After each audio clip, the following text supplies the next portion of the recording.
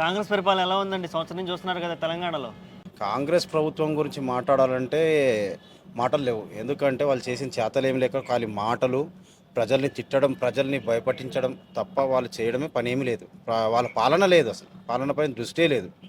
పబ్లిక్ని ఎలా తిట్టాలి, ఏ దాంట్లో ఇరికించాలి, ఎంత లాస్ చేయాలి అనేది మొత్తం ఇమేజ్ మొత్తం డ్యామేజ్ చేస్తున్నారు. హైదరాబాద్ కానీ తెలంగాణ ఇమేజ్ నెంబర్ 1లో ఉండే దాన్ని తీసుకొచ్చి ఏ స్థానం తీసుకోబోతున్నారో తెలియదు. వాళ్ళు అంత ఘోరంగా చేస్తున్నారు. హైదరాబాద్ లో ప్రక్షాళన చేస్తున్నా, నేను హైడ్రా తీసుకొచ్చానన్నారు కదా, మరి దాని మీద అభిప్రాయం ఏంది? హైడ్రా తెచ్చి ఏం చేశారు? కోర్టు కూడా మొట్టికాయలు వేసిన తర్వాత వేసిందా? ఉమ్, ఇప్పుడు ఆపిరా? ఉమ్, వాళ్ళు చేసేది ఏంటంటే తొందరపాటు నిర్ణయాలు, ఏది ఏం చేయాలనేది వాళ్ళకి ప్రాపర్గా తెలియకుండా చేస్తున్నారు. ఏది అంటే నా మార్క్ ఏందైనా చేపియాలి, కేసీఆర్ గారి చేసిన అభివృద్ధిని తుడిచేయాలని చూస్తున్నారు, కానీ అది కుదరదు. చాలా మార్పులు చేశారు. తెలంగాణ తల్లి విగ్రహాన్ని మార్చారు, రాష్ట్ర గీతాన్ని మార్చారు. ఈ మార్పులన్నీ చూస్తుంటే ఎలా అనిపిస్తుంది? టీఎస్ని టీజీ చేశారు. అది కాదండి, మీరు ప్రజలు మీకు గవర్నమెంట్ ఇచ్చింది ఎందుకు? మిమ్మల్ని ముఖ్యమంత్రి సీట్ మీద కూర్చోబెట్టారు, మిమ్మల్ని ఏది చెప్రాసి సీట్ మీద కూర్చోబెట్టలేదు. ముఖ్యమంత్రి సీట్ మీద కూర్చోబెట్టినప్పుడు మీరు చేయాల్సింది ప్రజల బతుకు మార్చాలి, ప్రజలని అభివృద్ధి పథంలో ఎలా తీసుకెళ్లాలనేది మీరు ఇచ్చే హామీలు, పథకాలపైన దృష్టి పెట్టాలి. మీరు హైడ్రా అని చెప్పి ఇల్లులు కూలుస్తున్నారు, రోడ్డు మీద వేస్తున్నారు జనాలని. మీరు అభివృద్ధి చేస్తున్నా అని చెప్పి మొత్తం ఉన్నాయని కూల్చిపడేయడం తప్ప వేరేదేం చేయట్లేదు కదా. ఒక పథకం లేదు, ఒక హామీ నెరవేర్చడం లేదు. 1,38,000 చిల్లర కోట్ల అప్పు చేశారు సంవత్సరంలో. మరి ఒక ప్రాజెక్టు కట్టిర్రా, ఒక 4,000 పింఛన్ ఇస్తున్నారు, ఏదైనా అమలు మీ పథకాల హామీలను ఏమైనా అమలు చేస్తారా? ఏదీ లేదు. ప్రజలని బలవంతంగా బెదిరిస్తున్నారు తప్ప ఏది చేయట్లేదు. ఓకే, ఇంకా 3 ఏళ్ళు పరిపాలన ఉంది. ఈ 3 ఏళ్ళ పరిపాలన ఎలా ఉండబోతుంది అనుకుంటున్నారు? ఏ ఎక్స్పెక్ట్ చేస్తున్నారు? పోనీ ఇప్పటివరకు ఏం జరగలేదు అంటున్నారు, నెక్స్ట్ ఏం జరగాలని ఎక్స్పెక్ట్ చేస్తున్నారు? మేము ఎక్స్పెక్ట్ చేసేది ఏముండదండి, ఎందుకంటే వాళ్ళు ఏం చెయ్యరు, వాళ్ళ వల్ల చేత కాదు. కానీ ముఖ్యమంత్రి ఉన్నాడు, ముఖ్యమంత్రియే ఏ రకంగా అయినా ప్రజలని భయపట్టించే భయభ్రాంతులకు గురి చేస్తే ఏం చేస్తాడండి?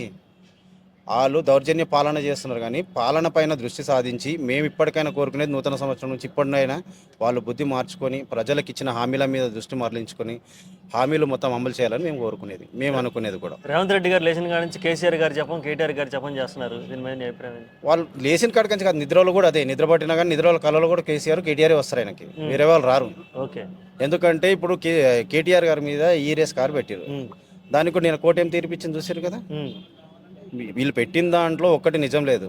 ఏ రకంగా ఇరికియాలి, ఏ రకంగా పాత ప్రభుత్వాన్ని బలవంతంగా వాళ్ళ మీద రుద్దాలి అనే తప్ప వేరేదేం లేదు. ఫోన్ ట్యాపింగ్ అన్నది స్టార్టింగ్ నుంచి ఏదండి, ఫోన్ ట్యాపింగ్ సంవత్సరం అయింది, వచ్చిన 3వ రోజు నుంచే ఫోన్ ట్యాపింగ్ మీద పెట్టాడు. మరి దాని మీద కూడా అయింది కదండి. ఏం చేస్తున్నారు వాళ్ళు?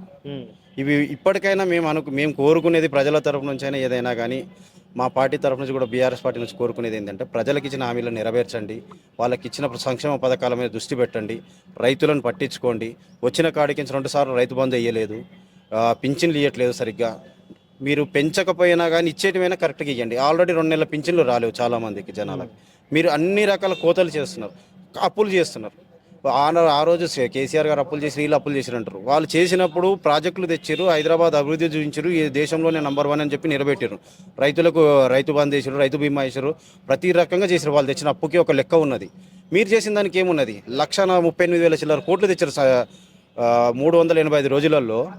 ఏం చేశారు? ఒక రుణమాఫీ లేదు, ఏది లేదు. రుణమాఫీ 100% మన ఏడంటే 17,000 కోట్లు చేశారు. అందులో 7,700 కోట్లు కేసీఆర్ గారు పెట్టిన ప్రభుత్వం ఉన్నప్పటివి రుణమాఫీ కోసం పెట్టిన అమౌంటే ఉన్నాయి అవి. దాని తర్వాత 2 సార్లు వీళ్ళు వేయాల్సిన రైతు బంధు కానీ ఈ పైసలు తీసి రుణమాఫీ కింద చేశారు. అంతేగాని మీరు ఏం చేస్తున్నారు? గిరిజనులను భయపట్టిస్తున్నారు, భయభ్రాంతులకు గురువు చేసి వాళ్ళ దగ్గర ఉన్న ల్యాండ్ గుంజుకోవడం కానీ, పొలాలు గిట అవి చేయడం మీరు చేస్తున్నారు. వాళ్ళని రైతులకి సంఖ్యలు వేస్తున్నారు. మన పాత వాళ్ళు గాంధీ గారు ఏమన్నారండి?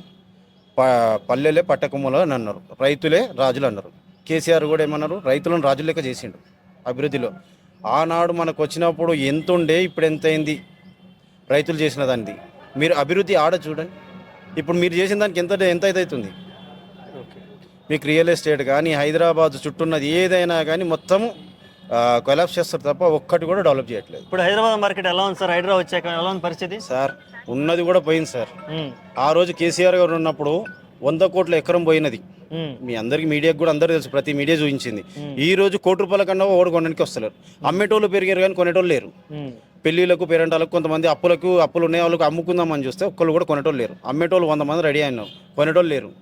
కొండాక కూడా ఏంది అనే పరిస్థితి అని చెప్పి వెనకైతుర్రు అంతా. ఓకే, ఓకే అండి, థ్యాంక్ యూ సో మచ్.